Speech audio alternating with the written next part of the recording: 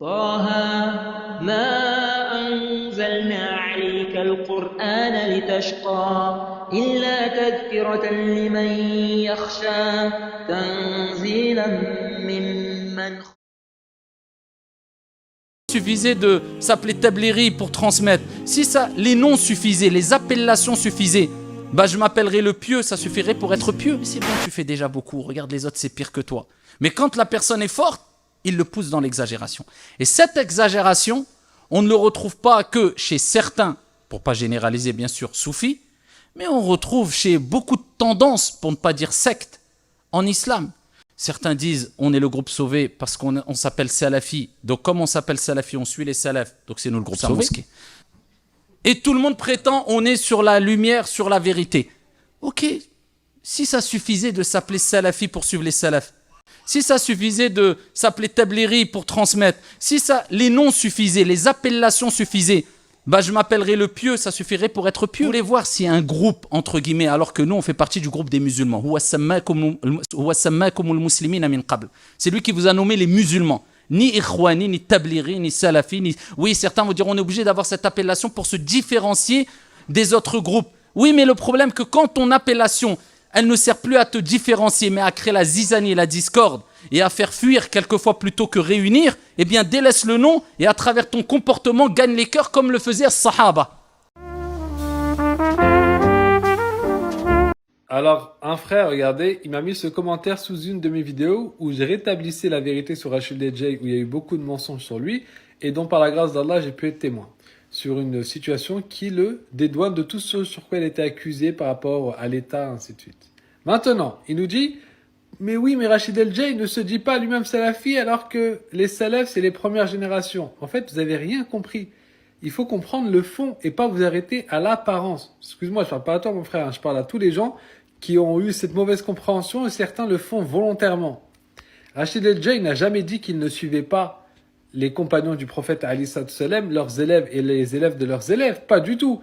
D'ailleurs, tout musulman que tu vas rencontrer, à part peut-être les chiites et les coranistes, n'importe quel musulman, si tu lui dis, est-ce que toi tu suis des compagnons ainsi que leurs élèves et ainsi que les élèves de leurs élèves, donc les salafs dans leur sens conventionnel, ils vont te dire, bien sûr, on se réfère à eux. Maintenant, Rachid El-Jay, pourquoi il dit qu'il n'est pas salafi? Parce que pour lui, il y a une différence entre se dire salafi, le prétendre, c'est-à-dire, et être ce à quoi ce mot renvoie véritablement. Rachid El-Jay, s'il se dit pas salafi, c'est que pour lui, les gens qui aujourd'hui crient constamment « nous sommes salafis, nous sommes salafis, nous sommes salafis » et qui ont un comportement exécrable en mettant en garde tous leurs frères, en voulant imposer un seul avis, en ayant une méthodologie qui est très loin de celle des salafs salih, pour les Rachid El-Jay. Donc pour lui, il suit les salafs, Rachid El-Jay, mais il n'est pas salafi dans le sens que eux le disent. Parce que pour lui, tout simplement, eux ne suivent pas l'héritage qu'ont laissé nos salafs. Pourquoi ne suis-je pas salafi? Alors, c'est une question légitime qui revient de temps à autre à travers les réseaux sociaux, à travers des messages privés, surtout quand certains voient que j'affirme clairement et ouvertement que je ne suis pas salafi, que je n'adhère pas à pas mal de visions venant des salafis, particulièrement des personnes qui se revendiquent de eux-mêmes salafis en France. Alors, première des choses, cette vidéo n'a pas pour but de dénigrer les salafis ou de rabaisser ou de vraiment rentrer dans une querelle ou une polémique quelconque. Pas du tout. Certaines personnes revendiquent qu'ils sont salafis, c'est leur droit, leur liberté de conscience, ils ont droit, il n'y a pas de problème, mais il faut savoir qu'on doit respecter aussi ceux qui ne se réclament pas, ils ne se disent pas salafis, n'adhèrent pas à leur vision. Alors ils sont musulmans, on est musulmans, walillahi alhamd, il y a cette division comme ça ici au sein de la communauté pour rajouter de l'huile sur le feu. Alors ici, je respecte, c'est leur position, il n'y a aucun problème. Comme eux, il faut qu'ils apprennent, parce que malheureusement, pas mal d'entre eux ne comprennent pas qu'il faut apprendre, et il faut, plus que apprendre, ensuite il faut mettre en application, il faut respecter les autres convictions religieuses ou alors les autres pensées au sein de l'islam. Les grands savants sont contre. Et tu sais c'est qui les grands savants? Ils sont 5 chez eux. Ben Baz, Al-Albani, qui ça? Al-Uthaymin, rahmatullahi alayhim, et Fawzan. Rabi, ah oui, là c'est encore les autres là, les madkhalistes, ouais. Pour eux, l'islam, c'est 5 personnes, ou 6, ou 7, bon, peu importe. Qui se disent salafis, là, qui te disent que l'islam, il faut qu'il soit compris comme l'ont compris. Alors, Ahmed ibn Hanbal. Et si jamais Ahmed ibn Hanbal déconne sur une question, c'est-à-dire il ne va pas dans leur sens, ils le tègent et ils prennent Ibn Taymiyyah. Et si jamais Ibn Taymiyyah, il ne leur plaît pas dans certains domaines, parce qu'Ibn Taymiyyah, ils prennent de lui que ce qui les arrange et que ce qu'ils veulent. Hein. Ibn Taymiyyah est trop fort et trop puissant. Si jamais Ibn Taymiyyah ne leur plaît pas dans certains domaines, il passe à Ibn al-Qayyim. Ibn al-Qayyim ne leur plaît pas, il passe à l'imam Mohammed ibn Abdul Wahhab. Et si jamais il ne leur plaît pas, Al-Albani. Al-Albani, il déconne. Parce que l'Albani, il déconne. Il t'a fait un livre sur la preuve que le voile de la femme musulmane, c'est son visage et ses mains, il ne faut pas les couvrir. C'est-à-dire ton niqab, là, ton sitar, tout ça pour lui c'est faux, c'est pas ça le Coran et la Sunna. L'Albani, un livre, Hijab al-Mar'ati al-Muslima, il te dit, le Coran et la Sunna disent qu'il ne faut pas qu'elle se casse le visage et les mains. بقول لي على عملية الحجاب في بعض الإشكالات عليه الإخوة هناك في مصر. على إيش الإشكال؟ على الحجاب يعني، على النقاب ذات نفسه. إيه؟ بيقولوا إن هو مثلا في ناس بيقولوا عليه إن هو بدعة نقاب ومستحب وبيقول عليه فريضة، فهو واقع في الإشكال ده. الجواب في كتاب الحجاب. ما هو قرأ الكتاب بس هو. طيب نحن أجبنا عن هذا. قلنا الذي يقول بدعة فهو مخطئ. عليكم السلام. والذي يقول بأنه فرض فهو مخطئ. والصواب أنه أفضل وأمر مستحب بالنسبة للنساء، يجوز الكشف والستر أفضل. هذا هو الوسط. Mais l'Albani, il les dérange. Il y a des connaissances sur cette question. T'as vu? Le cheikh, je veux bien, mais à une condition, il faut qu'il aille dans le sens de mes... Aïwa, de mes envies, de mes présupposés. Tout le monde essaie de se sauver pour venir en France. Pourquoi? Parce qu'en France, il y a de la justice. En France, il y a de l'égalité sociale. En France, il y a. Oui. La France est plus musulmane que la plupart des pays musulmans dans ce que la France a de musulmans. Et qu'est-ce que la France a de musulmans? La justice, la liberté, l'égalité, la propreté, l'enseignement gratuit, les soins gratuits, la caisse d'allocation familiale, radiyallahu anha. Franchement, Ahmed, elle ne mérite pas celle-là, la caisse. Donc si quelqu'un dit dans son djihad, je ne suis pas salafi, en fait il est en train de dire qu'il ne suit pas les salafs. Et s'il dit qu'il suit les salafs, il est dans la contradiction. Hein, comme cet égaré de Rachid Abu Huzaifa, El-Jayd, qui a le guide, dans sa vidéo, pourquoi je ne suis pas salafi. Hein? Il dit qu'il n'est pas salafi. Ya Jahil. Tu es en train de dire que tu ne suis pas les salafs. Et si tu dis que tu suis les salafs, tu es dans la contradiction. Et ce qui fait qu'il refuse de se dire salafi, c'est le comportement de certains qui se réclament de la salafiyya. Regardez le jahl, regardez l'ignorance. Et il dit avant, sa méthodologie, c'était de prendre le rajih, donc l'avis prépondérant. Donc aujourd'hui, c'est quoi ta méthodologie maintenant? C'est de prendre l'avis qui est marjouh, l'avis qui n'est pas juste. Ça c'est quel jahl ça?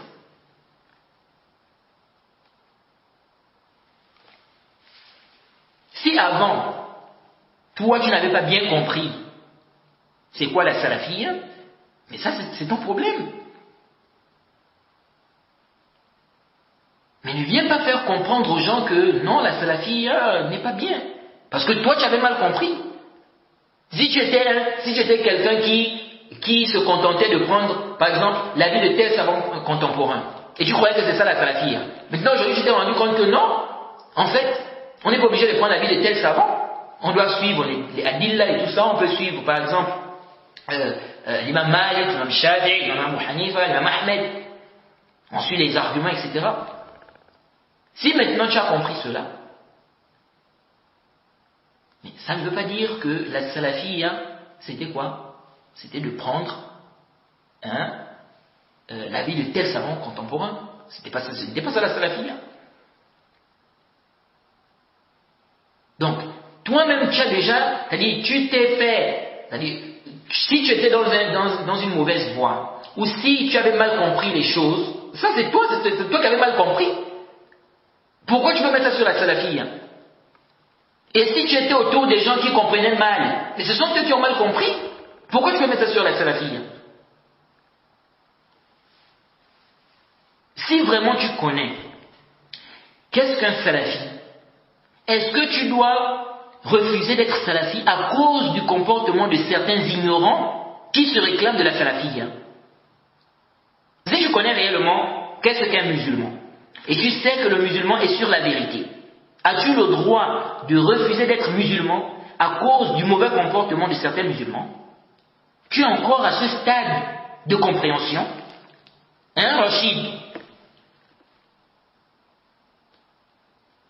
Et de la même manière qu'on dit que ce n'est pas tout celui qui se dit musulman qui est musulman, de cette même manière, nous disons, ce n'est pas tout celui qui se dit salafi qui l'est.